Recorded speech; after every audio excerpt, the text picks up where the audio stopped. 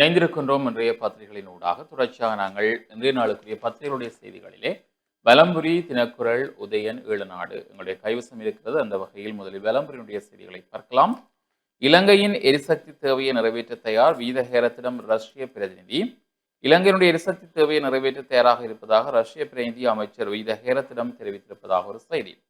சாவச்சேரி இந்துவில் 20 பேருக்கு 3 ஏசிடி என்ற செய்தி. வவுனியாவில் காற்றுடன் மழை, 4 வீடுகள் சேதம். புலிகளுக்கு அஞ்சாத புலனாய்வாளர்கள் ஆட்சியாளர்களுக்கு பணிய மாட்டார்கள், நாமல் எம்பி தெரிவிப்பு. யாழ்ப்பாண கோட்டை, குருநகர், இறங்குதுறை உலக வங்கியின் நிதியுதவியுடன் அபிவிருத்தி செய்ய நடவடிக்கை என்கின்ற செய்தி. தேசிய அபிவிருத்தி வங்கியில் 380 மில்லியன் ரூபாய் மோசடி, சில வங்கி ஊழியர்கள் 3ஆம் தரப்புடன் கூட்டுச்சதி என்ற ஒரு செய்தியும் காணப்படுகிறது. மீண்டும் வேலைநிறுத்த போராட்டத்தில் ஈடுபட்டுள்ள அரசு வைத்திய அதிகாரிகள் சங்கம்.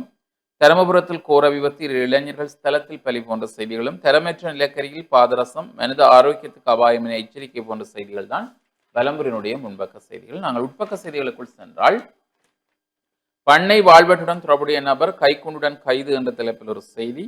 சுங்கத்தில் தங்கியுள்ள தீபச் செல்வனின் நூல்கள் என்ற தலைப்பிலும் ஒரு செய்தி. விசர சுற்றி வளைப்பா 212 பேர் கைது. போர் தொடர்ந்தால் பொருளாதாரம் சிதையும், பஞ்சம் பட்டினி தாண்டவமாடும், சிங்கப்பூர் தேசிய பல்கலைக்கழக ஆய்வாளர் சொல்லியிருப்பதாக ஒரு செய்தி. இலங்கையை பொறுத்தவரையிலே டீசலை பதுக்கிய 2 கைது. வவுனியாவில் வீடொன்றில் தீப்பரவல், பெறுமதியான பொருட்கள் எரிந்து நாசம் என்கிற செய்தி. துணைவேந்தர் பேராசிரியர் வேல்நம்பிக்கை பாராட்டு விழா, அரிசியுடன் வருகிறது கப்பல் போன்ற செய்திகளும் காணப்படுகின்றது. விளையாட்டுச் செய்திகள் பக்கத்தில் பார்த்தால் 65 ஓட்டங்கள் வித்தியாசத்தில் கொல்கட்டாவை வீழ்த்தியது சன்ரைசர்ஸ் அணி என்கிற செய்தி. உலகக்கிண்ண கால்பந்தாட்ட இறுதிப் போட்டி தலை சுற்ற வைக்கும் டிக்கெட் விலை என்ற தலைப்பிலும் ஒரு செய்தி காணப்படுகின்றது. ஐபிஎல் தொடருக்கான அனுமதி மறுப்பு, இலங்கை கிரிக்கெட் வாரியம் மீது வழக்கு தொடர்ந்த துசார என்கின்ற ஒரு செய்தி காணப்படுகின்றது. ஐபிஎல் இன்றைய ஆட்டங்கள் நேரம் இரவு 3:30 மணிக்கு டெல்லி கேபிட்டல் மற்றும் மும்பை இந்தியன்ஸ் அருண் ஜெட்லி மைதானத்திலும், ஐபிஎல் இன்றைய ஆட்டங்களிலே குஜராத் டைட்டன்ஸ் ராஜஸ்தான் ராயல்ஸ் நரேந்திர மோடி மைதானம் இரவு 7:30 மணிக்கு என்றவாறு ஒரு செய்தி. மோட்டார் சைக்கிளை திருடி 2 சந்தேக நபர்கள் கைது. கிளிநொச்சி தருமபுரம் போலீஸ் பிரிவுக்குட்பட்ட புளியம்போக்கனை நாகதம்பிரான் ஆலயத்தின் உற்சவகால பாதுகாப்பு நிலையத்தில் பாதுகாப்பிற்காக நிறுத்தி வைக்கப்பட்டிருந்த மோட்டார் சைக்கிளை திருடிய 2 போலீசார் கைது செய்திருப்பதாக ஒரு செய்தி. பிள்ளைகளின் ஆரோக்கியம் குறித்து பெற்றோர் விழிப்புடன் இருக்க வேண்டும், மருத்துவ நிபுணர் தீபால் பெரேரா என்று அவர் சொல்லியிருப்பதாக ஒரு செய்தி காணப்படுகிறது. அதாவது வெப்பத்தின் தாக்கத்தை குறைக்க பெற்றோர் பின்வரும் எளிய மற்றும் பயனுள்ள நடைமுறைகளை பின்பற்றுமாறு அவர் வலியுறுத்தியிருக்கிறார். இதற்கமைய பிள்ளைகளை தினமும் குறைந்தது 2 முறையாவது குளிக்க செய்ய வேண்டும், மென்மையான மற்றும் இலகுவான ஆடைகளை அணிய செய்ய வேண்டும், இயற்கை பானங்களை அதிகமாக உட்கொள்ள ஊக்குவிக்க வேண்டும், பிள்ளைகள் அதிக அளவு தண்ணீர் குடிப்பதை உறுதிப்படுத்த வேண்டும். குறிப்பாக பாடசாலைக்கு செல்லும் பிள்ளைகளுக்கு 2 போத்தல்கள் தண்ணீர் கொடுத்து விடுமாறு கேட்டுக்கொள்ளப்பட்டிருக்கிறது. நெற்பயிற்சிகை, வீதி நிர்மாணம், விளையாட்டு மைதானங்களில் விளையாடுதல் அல்லது பயிற்சி வகுப்புகளில் ஈடுபடும் போது அதிகப்படியான வியர்வை வெளியேறுவதாக குறிப்பிட்ட அவர், போதிய அளவு திரவ ஆகாரம் மற்றும் தாதுக்களை உட்கொள்ள தவறினால் சோர்வு மற்றும் தலைவலி, தூக்கமின்மை அல்லது அதிகப்படியான தூக்கம், பாந்தி மற்றும் உடல்வலி, பசியின்மை மற்றும் மயக்க நிலை, நீச்சத்து குறைபாடு போன்ற வெப்ப அதிர்ச்சி ஆகியன ஏற்படலாம் என எச்சரித்திருக்கிறார். அத்துடன் சிறுவர்கள் தண்ணீர் குடிக்காமல் வீதிகளில் விளையாடுவதை தவிர்க்க வேண்டும் என்றும் அவர்களின் ஆரோக்கியம் குறித்து பெற்றோர் விழிப்புடன் இருக்க வேண்டும் என்றும் மருத்துவர் தீபால் பெரேரா மேலும் தெரிவித்ததாக அந்த செய்தி. கடத்தக்காரர்களை துரத்திய போலீசார் மணலை கொட்டிவிட்டு தப்பியோட்டம், யாழ்ப்பாணம் பருத்தித்துறை போலீஸ் பிரிவுக்குட்பட்ட பகுதியில் என்கிற செய்தி. ஹேண்டர் மோட்டார் சைக்கிள் விபத்து, 1 படுகாயம் என்கிற செய்தி. யோகா பயிற்சிகள் ஆரம்பம், மனவளக்கலை மன்ற அறக்கட்டளை ஏற்பாட்டில் யாழ்ப்பாணம் அறிவுத்திருக்கோவிலில் இந்த வாரத்துக்கான மனவளக்கலை பயிற்சிகள் அறிமுக உரையுடன் இன்று மாலை 5 மணிக்கு இலக்கம் 81 பிரவுன் வீதி யாழ்ப்பாணத்தில் உள்ள அறிவுத்திருக்கோவிலில் ஆரம்பமாகும் என்கிற செய்தி. சுற்றுலா பயணிகள் வருகை வீழ்ச்சியை போன்ற செய்திகளும் காணப்படுகின்றது. உயர்தர பரீட்சை பெறுபவர்கள் 2025 மாவட்ட ரீதியில் முதலிடம் பெற்றவர்கள் என்று சொல்லி ஒரு செய்தி காணக்கூடியதாக இருக்கின்றது. முத்துத்தம்பி மகா வித்தியாலயத்தில் உள்ள விளையாட்டு அலகு திறப்பு என்கின்ற செய்தி காணப்படுகிறது. விடுதலை புலிகளின் சித்திரவதை முகாம்களை பிள்ளையான் கணக்கில் சேர்க்க முயற்சி, புதிய கமென்பில கண்டுபிடிப்பு என்ற தலைப்பில் ஒரு செய்தி இங்கே காணக்கூடியதாக இருக்கின்றது. டிக்டாக் பார்த்த சிறுவன் சூடு வைத்த தந்தை என்ற தலைப்பில் ஒரு செய்தி காணப்படுகிறது.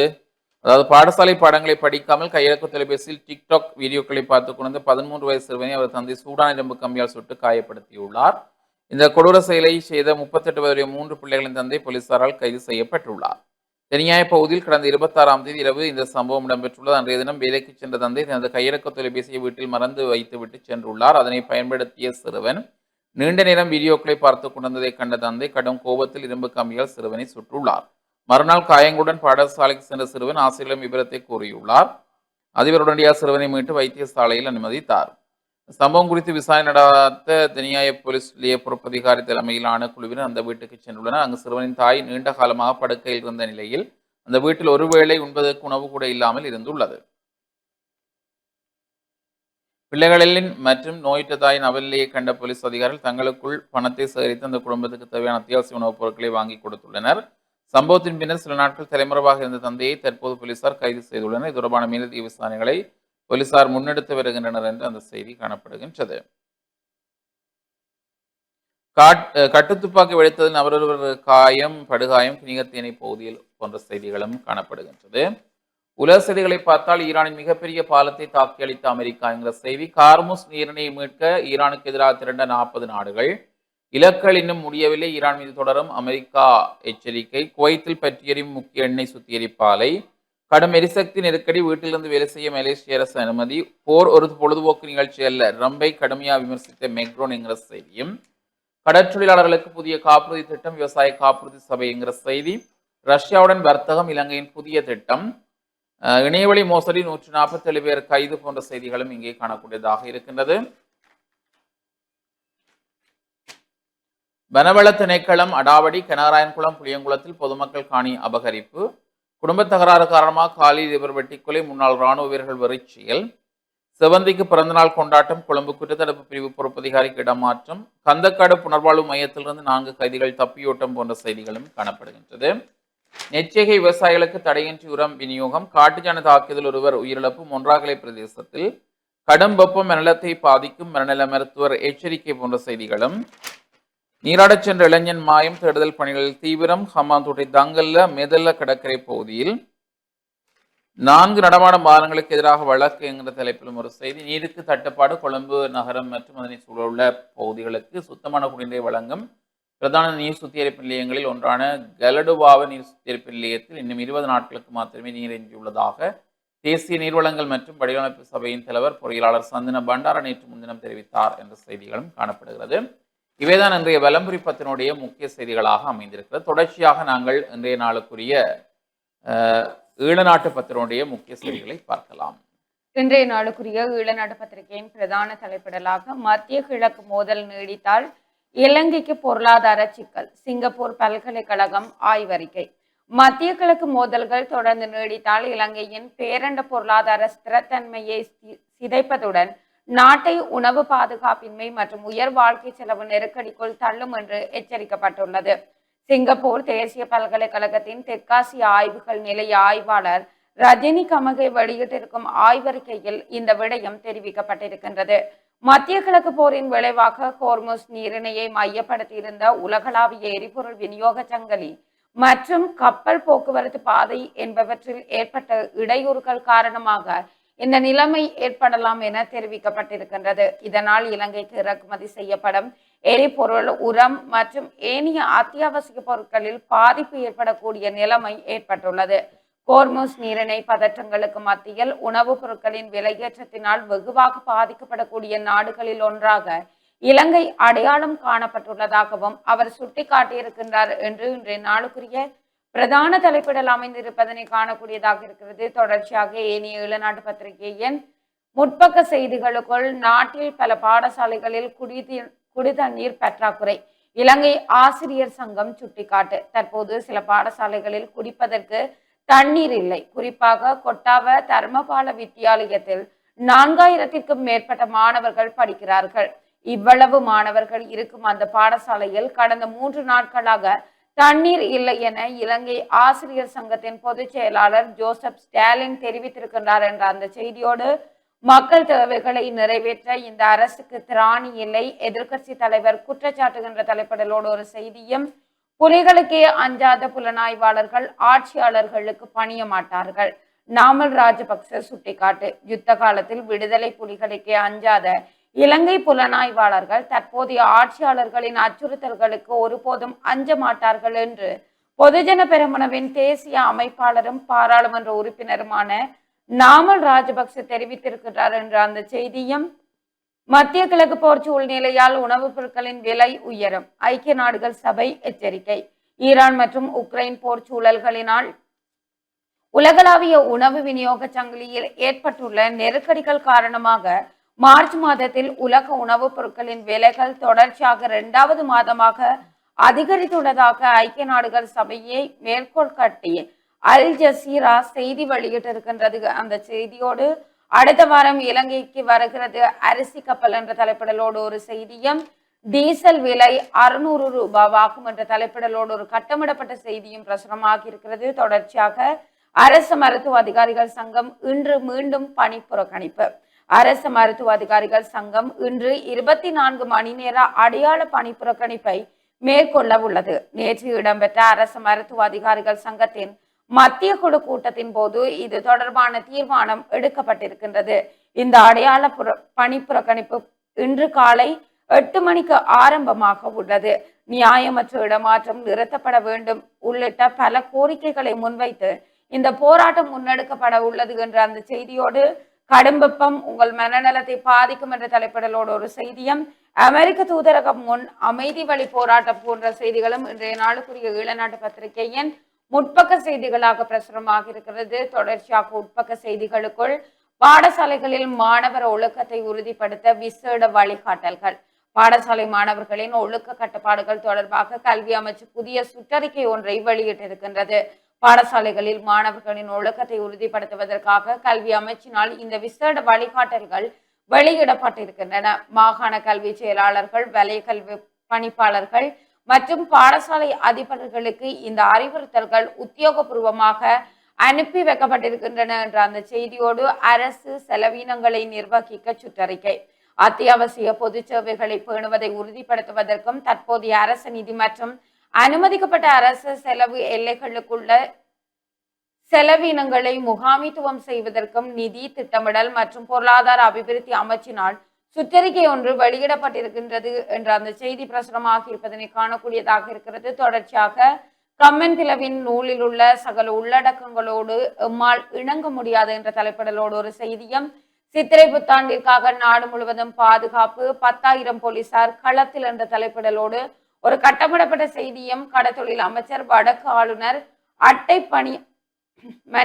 பண்ணையாளர்களுடன் சந்திப்பு என்ற தலைப்பிடலோடு ஒரு புகைப்படம் தாங்கிய செய்தியும் பிரசுரமாக இருக்கிறது. தொடர்ச்சியாக இன்றைய நாளுக்குரிய ஈழநாட்டு பத்திரிகை ஆசிரியர் தலையங்கமாக எதிரணி அரசியல் கட்சிகளும் மத்திய கிழக்கு போரும் என்ற தலைப்பிடலோடு பத்திரிகை ஆசிரியர் தலையங்கம் இடம்பெற்றிருக்கிறது. தொடர்ச்சியாக சுண்டிக்குளம் பகுதியில் யானைகள் அட்டகாசம், தென்னை மரங்கள் நாசம். வடமராட்சி கிழக்கு சுண்டிக்குளத்தில் யானைகள் அதிகளவான தென்னை மரங்களை நாசம் செய்தன. இந்த சம்பவம் குறித்து மேலும் தெரிய வருகையில், கடந்த மாதம் வடமராட்சி கிழக்கு காட்டு பகுதிக்கு வருகை தந்த பல யானைகள் கேவில், கட்டைக்காடு, நித்தியவட்டை பகுதிகளில் காணப்பட்ட 100கணக்கான தென்னை மரங்களை நாசம் செய்திருக்கின்றன.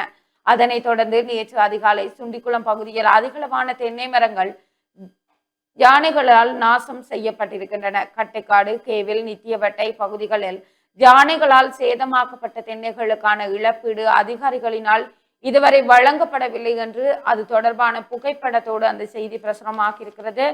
போலீஸ் அதிகாரி கொலை வழக்கில் சந்தேக நபருக்கு விளக்கமறியல். கொடிகாமத்தில் போலீஸ் அதிகாரியை உளவு இயந்திரத்தால் மோதி கொலை செய்த சம்பவம் தொடர்பில் தேடப்பட்டு வந்த பிரதான சந்தேக நபரை எதிர்வரும் 9ஆம் தேதி வரை விளக்கமறியலில் வைக்குமாறு நீதிமன்றம் உத்தரவிட்டிருக்கின்றது. குறித்த கொலை சம்பவம் தொடர்பில் போலீசாரால் 2 கைது செய்யப்பட்டு விளக்கமறியலில் வைக்கப்பட்ட போதும் பிரதான சந்தேக நபர் தேடப்பட்டு வந்தார். இந்த நிலையில் குறித்த சந்தேக நபர் சட்டத்தரணி ஊடாக நேற்று முன்தினம் சாவச்சேரி நீதிவான் நீதிமன்றத்தில் ஆஜராகினார். இதனை அடுத்து அடையாள அணிவகுப்பை நடத்த உத்தரவிட்ட நீதவான் சந்தேக நபரை எதிர்வரும் 9ஆம் தேதி வரை விளக்கமறியலில் வைக்குமாறும் உத்தரவிட்டிருக்கின்றார் என்ற அந்த செய்தியும், 3 லட்சம் ரூபாய் பெறுமதியான கொத்தலை கிம்புட்டுவுடன் சீன பிரஜை சிக்கினார் என்ற தலைப்பிடலோடு ஒரு செய்தியும், போலீஸ் சுற்றி வளைப்பில் ஒரே நாளில் 512 பேர் கைது என்ற தலைப்பிடலோடு ஒரு கட்டமிடப்பட்ட செய்தியும் பிரசுரமாக இருக்கிறது. தொடர்ச்சியாக போதைப் பொருளுக்கு முற்றுப்புள்ளி. இந்தியாவில் இருந்து வருகை தந்த குழுவினருக்கு யாழில் வரவேற்பு. இலங்கைக்கும் இந்தியாவிற்கும் இடையிலான நீண்டகால நட்புறவை மேலும் வலுப்படுத்தும் வகையிலும் வடக்கு மாகாணத்தின் சுற்றுலாத்துறையை விரிவுபடுத்தும் நோக்கிலும் இந்தியாவின் தமிழ்நாட்டில் இருந்து வருகை தந்த டீம் பைசன் அணியினரின் விசேட துவிச்சக்கர வண்டி பயணம் யாழ்ப்பாணத்தில் முன்னெடுக்கப்படுகின்றது. போதைப் பொருளுக்கு முற்றுப்புள்ளி வைப்போம் மற்றும் ஆரோக்கியத்திற்காக துவிச்சக்கர வண்டி ஆகிய தொனிப்பொருட்களை முன்னிறுத்தி இந்த பயணம் முன்னெடுக்கப்படுகின்றது. துவிச்சக்கர வண்டி பயன்பாட்டை அதிகரிப்பதனூடாக மக்களின் தேக ஆரோக்கியத்தை மேம்படுத்தும் விழிப்புணர்வை ஏற்படுத்தும் நோக்கில் ஏற்பாடு செய்யப்பட்டுள்ள இந்த பயணத்தில் உள்ளூர் துவிச்சக்கர வண்டி பயண அணியினரும் இணைந்து கொண்டுள்ளனர். இந்த நிலையில் தமிழ்நாட்டிலிருந்து துவிச்சக்கர வண்டி அணி ஒன்று வியாழக்கிழமை காங்கேசன் துறைமுகத்தை வந்தடைந்திருக்கின்றது என்று அந்த செய்தியோடு சம்பந்தப்பட்ட புகைப்படமும் பிரசுரமாகி இருக்கிறது. தொடர்ச்சியாக சிறுமிக்கு பாலியல் தொல்லை, பிக்குவுக்கு மறியல் நீடிப்பு. நாவற்குழி விகாரையில் தண்ணீர் எடுக்க சென்ற சிறுமி ஒருவருக்கு பாலியல் தொல்லை கொடுத்தார் என்ற குற்றஞ்சாட்டப்பட்ட பிக்குவை எதிர்வரும் 9ஆம் தேதி வரை விளக்கமறியலில் வைக்குமாறு சாவகச்சேரி நீதிமன்றம் உத்தரவிட்டிருக்கின்றது என்ற அந்த செய்தியும் பயங்கரவாத தடை சட்டத்தை விட பாரதரமான சட்டவரைவு சமர்ப்பிப்பு. அனுர அரசு மீது விஜயதாச கடும் சாடல் என்ற தலைப்பிடலோடு ஒரு செய்தியும், பாதாள குழு உறுப்பினர்களிடம் 109 துப்பாக்கி ரவைகள் பறிமுதல் என்ற தலைப்பிடலோடு இன்னொரு செய்தியும் காணக்கூடியதாக இருக்கிறது. தொடர்ச்சியாக இணைய வழியில் நிதி மோசடி, 147 வெளிநாட்டவர்கள் கைது என்ற தலைப்பிடலோடு ஒரு செய்தியும், சுற்றுலா பயணிகளின் வருகை மார்ச் மாதம் கணிசமாக வீழ்ச்சி என்ற தலைப்பிடலோடு இன்னொரு செய்தியும் பிரசுரமாக இருக்கிறது. தொடர்ச்சியாக இன்றைய நாளுக்குரிய ஈழநாடு பத்திரிகையினுடைய இறுதி பக்க செய்திகளுக்குள் ரஷ்யாவுடன் வர்த்தகத்தை விரிவுபடுத்த நடவடிக்கை, அமைச்சர் பிமல் ரத்நாயக்க தெரிவிப்பு என்ற தலைப்பிடலோடு ஒரு செய்தியும், பிள்ளையானின் விளக்கமறியல் உத்தரவை நீதிமன்ற சவாலுக்கு உட்படுத்த தீர்மானம், உதயகம்மன் பில கூறுகிறார் என்ற ஒரு செய்தி, 8 அரசு நிறுவனங்களை விற்க போவதில்லை, உயர் நீதிமன்றத்துக்கு அரசு அறிவிப்பு போன்ற செய்திகளும் இன்றைய நாளுக்குரிய ஈழநாட்டு பத்திரிகையினுடைய முக்கிய செய்திகளாக பிரசுரமாக இருக்கிறது. இவைதான் இன்றைய நாளுக்குரிய ஏனைய நாளிதழ்களின் முக்கிய செய்திகளாகவும் அமைந்திருக்கிறது.